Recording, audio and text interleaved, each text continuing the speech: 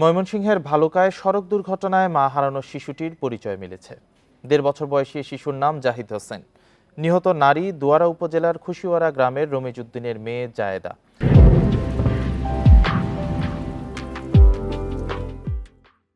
Police জানায়, শনিবার রাতে স্কয়ার মাস্টার বাড়ি এলাকায় একটি সড়ক দুর্ঘটনা হয়।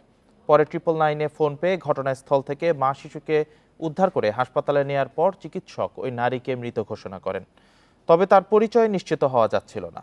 এমন পরিস্থিতিতে শিশুটির কান্নার একটি ভিডিও সামাজিক যোগাযোগ মাধ্যমে ছড়িয়ে পড়ে। সেই ভিডিও দেখে পরিবারের পক্ষ থেকে হাসপাতালে যোগাযোগ করা হলে জানা যায় অজ্ঞাত নারী ও শিশুর পরিচয়।